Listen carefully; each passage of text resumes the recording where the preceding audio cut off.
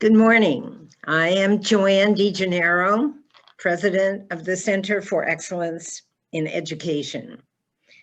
I'm thrilled to be with all the participants, the finalists this morning, and a particular thank you I want to give to Dr. Michelle King, Kathy Frame, and David Patrick for the tremendous work with alumni of the Biolympiad and staff to do the virtual finals, which many said would not be possible. The whole Olympiad just couldn't be done virtually, but with the art of problem solving and tremendous, brilliant staff work, it's done.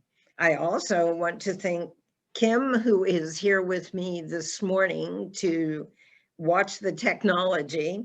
Kim is a manager of the Teacher Enrichment Program. It is great to have the opportunity to speak with you, but mostly because many participating in the Biology Olympiad know little about the Center for Excellence in Education, the Research Science Institute, the Biology Olympiad itself, the Teacher Enrichment Program, and the advisory and consultancy. When the late Admiral H.G. Rickover and I organized this foundation in '83, we did it with the excellence and assistance of many leaders in education throughout the globe.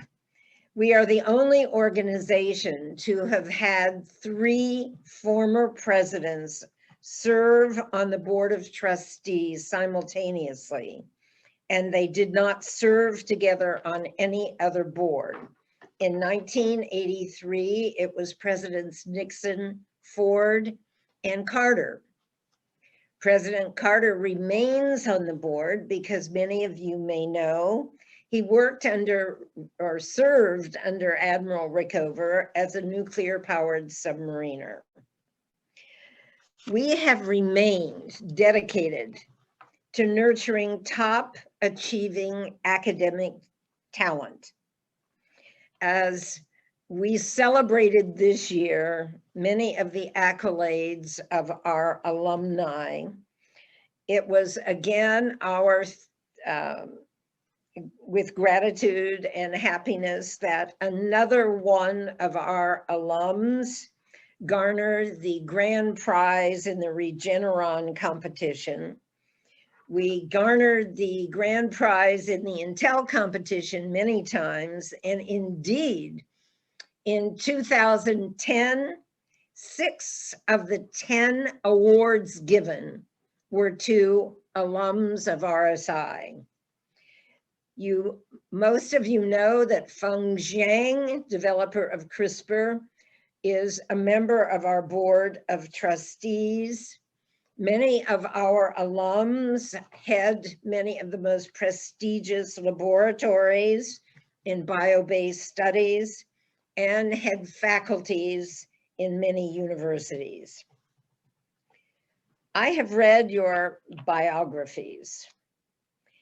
For you to have reached the finals is testimony of your hard work, your grit, and continued reach to master bio-based studies as you go on with plans for careers. Before introducing our guest speaker, I want you to know that I and the staff at CEE wish you the best in this competition. I look forward to having you as a Rickoid, the name given to all students who participate in our Biology Olympiad and Research Science Institute, and along with welcoming you to that wonderful group of students, I welcome you to all the activities and opportunities that the center will provide for you. One of the reasons we can provide terrific opportunities is because of the assistance and continued support of the Rickoids to staff our programs, to assist us as speakers, and to continue working with us in any way that we ask. It is a tight-knit group that you will truly enjoy for the camaraderie. One of those alums is David Patrick.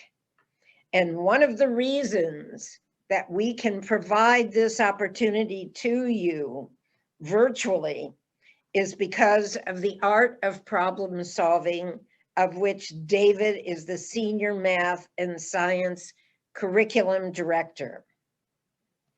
David is the author or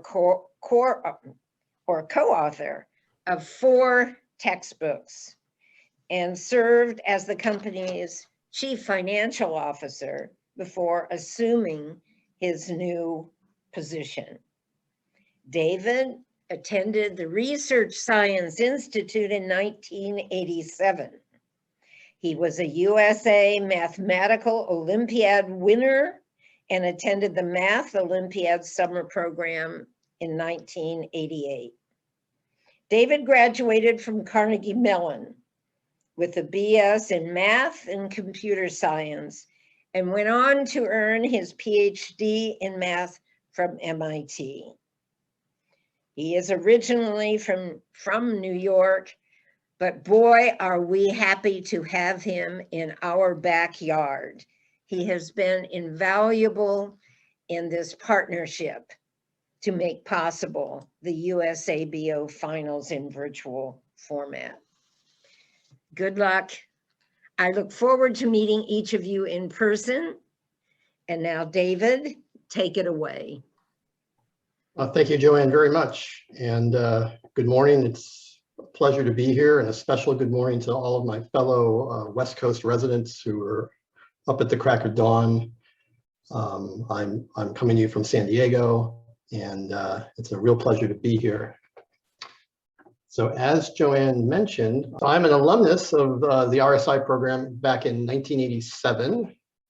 And so here is a grainy photo with lots of really bad 1980s fashions in it. Light colored jackets were definitely in style back in the 80s. And you may recognize someone front and center in this photo. That is Joanne right in the front and me hiding in the back. So this is the start of my involvement with the Center for Excellence in Education as a high school student 34 years ago.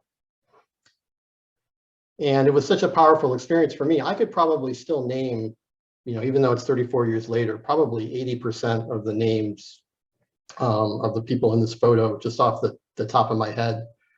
It was such a great experience, and I'm still in touch with a lot of these people today, and I'll talk a little more about being an alum of CE in a little bit. The other program that Joanne mentioned that I participated in and I have in common with all the students here is I'm also an Olympian. I was a finalist for the Math Olympiad in '88, which was my senior year in high school. So these are the 24 names. And just like RSI, I know where most of these people are today, and I'm in touch with a lot of them. Maybe the most famous name on this list is the lower left, Jordan Ellenberg. He's an author. He's written a number of best-selling popular math books. Some of you may have read. But the 2 names on this list that are most important to me are myself, obviously, and Richard Russick, his name you may recognize. Richard is the founder of AOPS. And that's where we first met. We first met as students at the Math Olympiad summer program. And that's how my association with AOPS began. And Richard founded AOPS in 2003. It was very shortly thereafter. He was looking to bring on more people to help him out. And because we knew each other from the summer program, I'm one of the people he called. So when you are going through the National Finals program over the next few weeks, you're going to get a lot of benefits from this programming. The most obvious one is you're going to learn a lot of biology. When I went to the Math Olympiad, I learned a ton of math. I thought I knew a lot of math because, hey, I was a Math Olympiad finalist. Turns out I didn't know all that much math. I learned a lot of math, and you're going to learn a lot of biology. You're going to learn a lot of things. And a few of you are going to have the pleasure of representing our country at the International Olympiad. And that's fantastic, but most of you are going to be in the same position I was in, where you're going to go to the camp, but you're not going to make the team to go on for the international. And it's going to be disappointing, but it doesn't diminish your success in any way. I mean, you still have accomplished so much just getting to this point, and you're still going to be able to list, Olympian on your resume, which I'm so glad all these competitions have co-opted the word Olympiad, because it just looks really cool to be able to tell people that you're an Olympiad finalist. So the science is going to be really important for what you do in the next few weeks, but what's equally important, maybe even more important long-term, is you're going to make lifelong friends and colleagues. As Joanne mentioned, I mean, the fact that I went to these two programs as high school students, I went to RSI, so I had a relationship with the CEE. I went to the Math Olympiad, where I met Richard and got in on AOPS at the very beginning. That facilitated this partnership that made the Biolympiad possible. Who knows if that would have happened had I not been in the right place at the right time. And it's because of these programs that I did back when I was a high school student 30 some years ago. So all of you might be that connective tissue someday through the experiences that you're having now. So this is going to be, this is really maybe on a long-term basis, maybe even more important than the biology you're going to learn over the next few weeks. And as Joanne mentioned, you're joining a very active alumni community at CEE. RSI has been running for nearly 40 years, the Biolympiad for nearly 20 years. I'm not sure that's the right start date. I apologize if that's incorrect, but that's, so there are probably thousands of alumni by now, 1,000 at least. And they've accomplished so many things. And I've met so many alumni from different years at various events. Some of them are very close friends of mine now. A lot of alumni have gone on to become business partners, or become academic partners, or even to become life partners. So I really welcome you to our alumni community, and I really hope that you participate actively. So I want to spend a few minutes just talking about what has been my career and passion for the last 20 years or so, which is getting students involved in science and math. So when we started at AOPS, we started as pretty narrowly focused on Math Olympiad students, or math count students. I know probably a lot of you, maybe most of you, participate in math counts in middle school. So when we started, we really started as a contest prep type enrichment program for middle and high school students, and very strictly in math, because that was what we knew, and that was where we perceived was a need. But things have changed a lot over the years. We've been around since 2003. We've branched out to physics, chemistry, computer science, language arts. You notice that biology is not on that list, but it may be at some point in the near future, and I will hint at that in a bit. The two bigger changes, besides just getting into more subjects, which was probably inevitable, is that we're not just working with students they're looking at like Olympiad level contests anymore. We've branched out to offer a full curriculum. We want to reach students, any eager student, even if they're not necessarily interested in contests, or they're not interested in going all the way through the Olympiad program.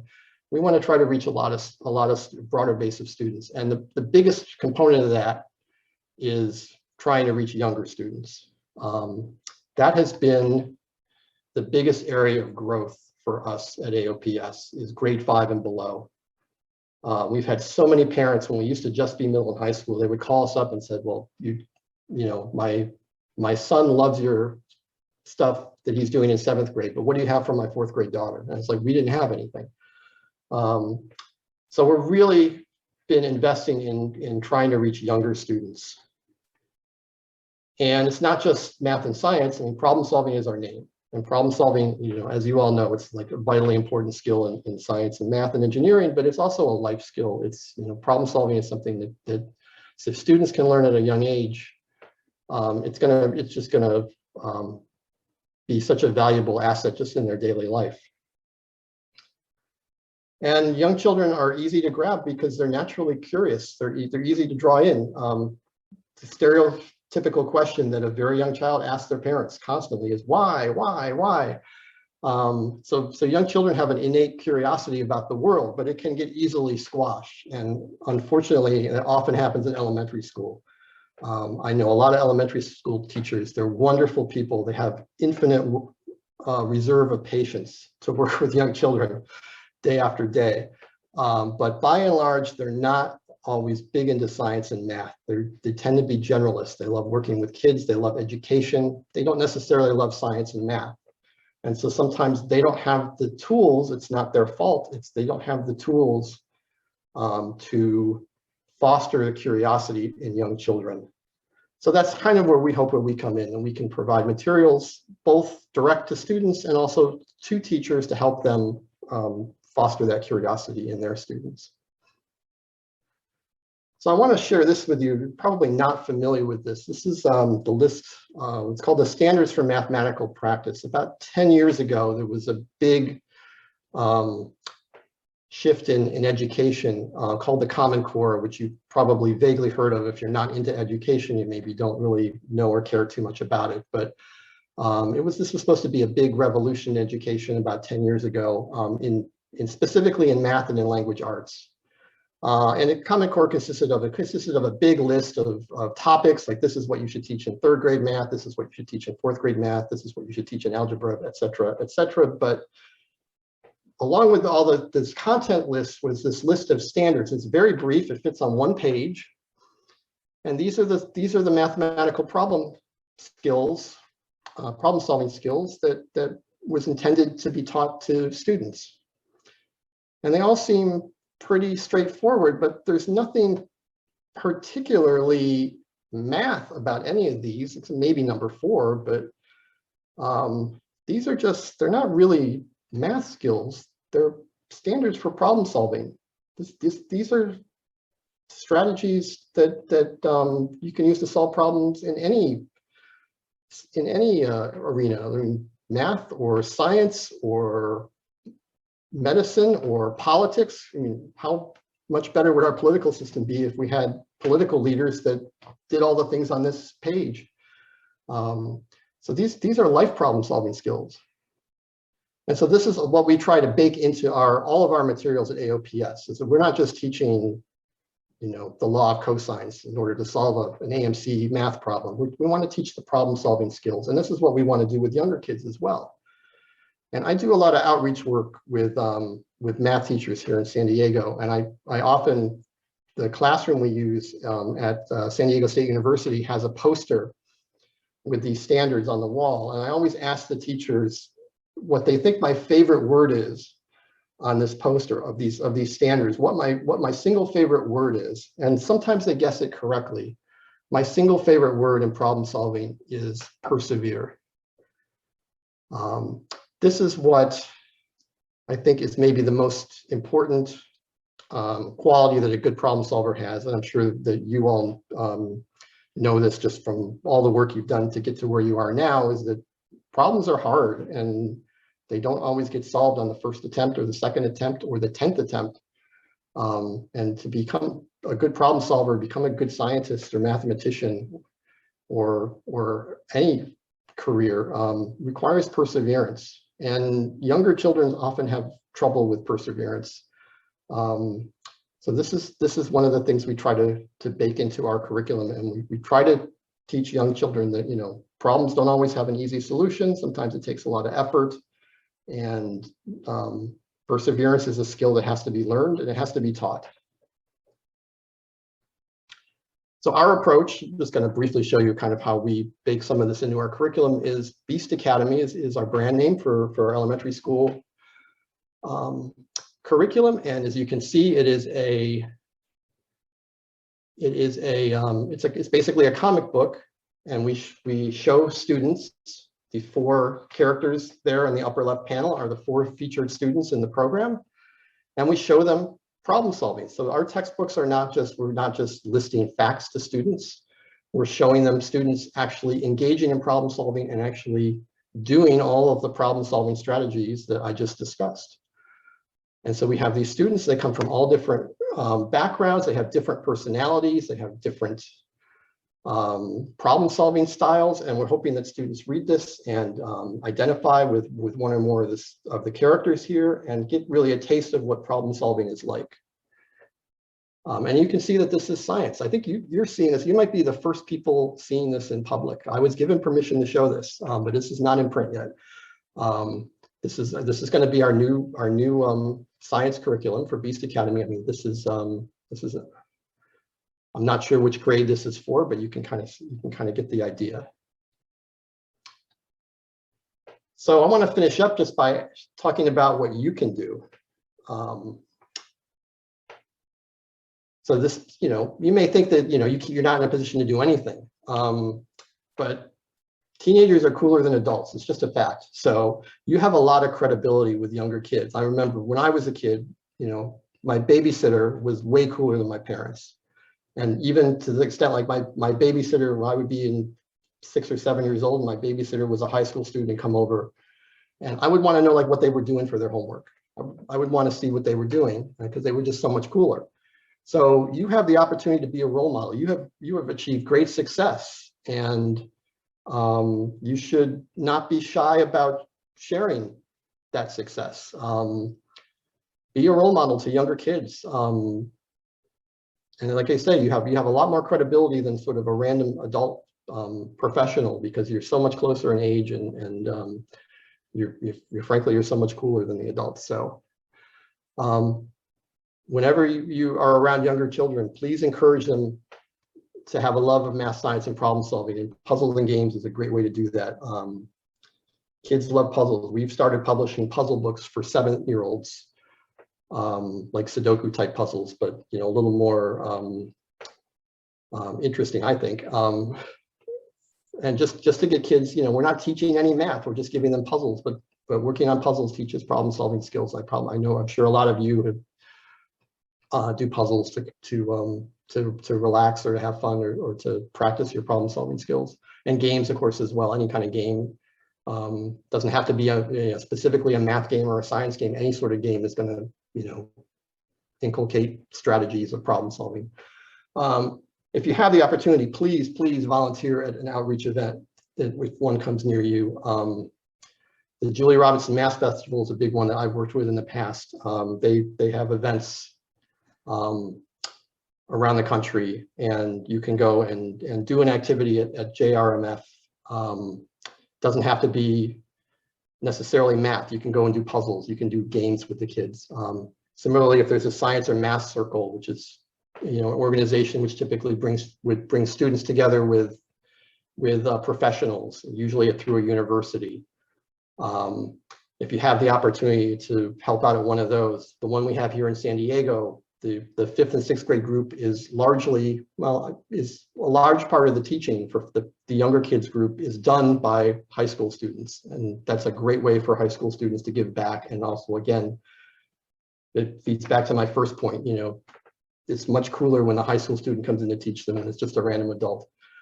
Science museums, wherever you are, they almost always sponsor outreach programs if you can go there. And again, because you're both you're the right age, and you're an Olympian. So you're going to lend so much credibility to these events, and you're going to be such a great role model for the children. And lastly, as Joanne mentioned, the teacher enrichment program that CE sponsors.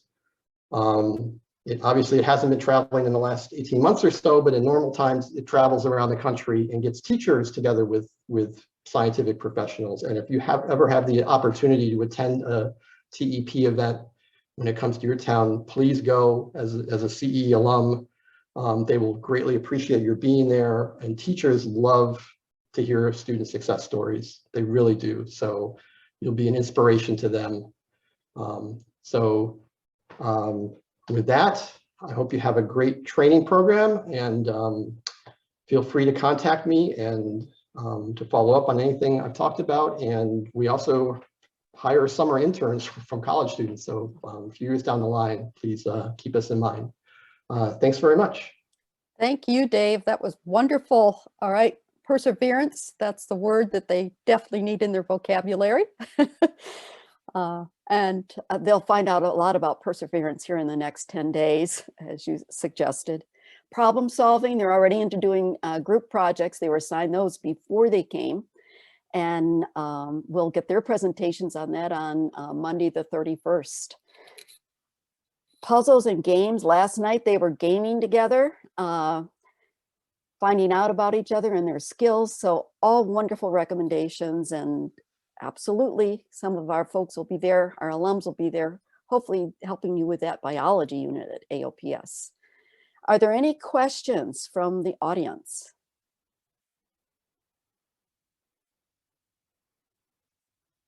Okay, well, thank you again, Dave. All right, now it's my pleasure to introduce the 2021 USABO National Finalists, the TAs. All right, our teaching assistants, who we could not do this program without. We have some of them here today, some are not able to. I'd like to recognize them. First is Bob Jane. He's helping on the side. He's got a full schedule this summer, but he is helping us. He's doing the schedule for the students. I don't believe Bob is here. Next is Atharv Oak. He's sort of like the master leader of all the TAs, helping to coordinate all of them behind the scenes. Atharv, are you here? Okay, I know Nithin is not here because he's in the midst of finals right now, but he was an IBO finalist last year and brought home a medal for the USA. So we're happy to have him. Henry Shen is next, and I know Henry is here. Henry, could you say a couple words, please? Maybe Henry has left. Henry is our all-around wonderful background, does a lot in plants, does a lot in animals. The students are going to see him do a whole plethora of dissections and develop a phylogenetic tree. So we're very happy to have him. Next is Lakshay Sood. He's from Hopkins. He is going to be helping out with ecology. Chris Wong is our test master. Absolutely could not do without him, and of course all of them in the test development itself. Jason Young is heavy into cell and molecular. We trust him with all of that. Jason Zong, I believe, is here as well. Jason is one of those stalwart TAs. We've known each other for a number of years, and definitely one I can depend on for all sorts of things. And Lucy, we're welcoming her her first year as a TA. She was actually with the finalists last year. So you can give a little clap in the chat, all right, for all of these wonderful people that are supporting. This is the backbone of the national finals, all right? All of these TAs, they are behind the scenes, in the scenes, supporting all of us. So a huge thank you to all of them. And next are the finalists. And I would like to introduce Michelle King. She will be identifying each of those finalists that'll be on the screen, and they'll be saying a little bit about themselves. Michelle. Thank you so much, Kathy. Yes, it's with great pleasure that I get to introduce our 20 national finalists for the USABO 2021. And the finalists will tell us where they're from, what grade they're in, and 3 words that describe their passion for biology. So up first, we have Akshay Atalari. Hi, everyone. My name is Akshay Ataluri. I'm a junior at Cupertino High School in California, and 3 words that describe my love for biology are impact, depth, and curiosity. Thank you. Those are some very powerful words. Definitely going to be studying a lot of depth in biology and the biological sciences. We're so happy to have you. Our next finalist is Derek Chen. Hello, everyone. My name is Derek Chen, and I am a junior at Belmont High School in Belmont, Massachusetts. And 3 words that would describe my love for biology are curious, inquisitive, and detail-oriented. Detail-oriented will help you a lot in studying for the topics and lab techniques. Our next finalist is Sophia Chen. Hello, I'm Sophia Chen. I'm a freshman from Sage Hills School in Southern California. And 3 words that describe my love for biology are challenging, rewarding, and lasting. Awesome. Thank you so much. It is definitely rewarding to study life, and I think you get a better appreciation for it too. Our next finalist is Arthur Hu, a returning USABO finalist. Hi, my name is Arthur Hu. I'm a junior at Lexington High School this year. 3 words I would use to describe my love for biology are deep, persistent, and non-romantic. That's very creative choices, Arthur. Our next finalist is Jonathan Huang. Hello everyone, I'm Jonathan Huang. I'm a 12th grader at Limbrook High School this year, and 3 words that would describe my passion for biology are non-zero, broad, and genuine. Yes, excellent. Thank you so much, Jonathan. Our next finalist is Rohan Iyer. Hi, I'm Rohan Iyer. I'm a junior at the Celestine High School in Washington State. And my 3 words are possibilities, passion, and perseverance. Yeah, those are wonderful. Thank you, Rohan. Our next finalist is Judson Lamb. He is also a returning finalist. Hello, my name is Judson Lamb. I'm a senior at Naperville North High School in Illinois. And my 3 words will be awesome, adaptive, ambition. Yes, biology is definitely awesome. Thank you so much. Our next finalist is Lawrence Long. Hi everyone, my name is Lawrence Long. I'm a junior at Basis Independent Silicon Valley, California. And my 3 words would be fun, fascinating, and forever. Awesome. Thank you so much, Lawrence. Our next finalist is Peter Poo. Hi, everyone. My name is Peter Poo. I'm from Chicago, Illinois, the University of Chicago Laboratory Schools. And my 3 words are exciting, fun, and thoughtful. Yes, awesome. Thank you so much, Peter. Our next finalist is Albert Tam. Hello, everyone. I'm Albert Tam. I'm a junior at Limbrook High School in California. And 3 words I'd use to describe my love for bio are far-reaching, fulfilling, and fun. Thank you so much, Albert.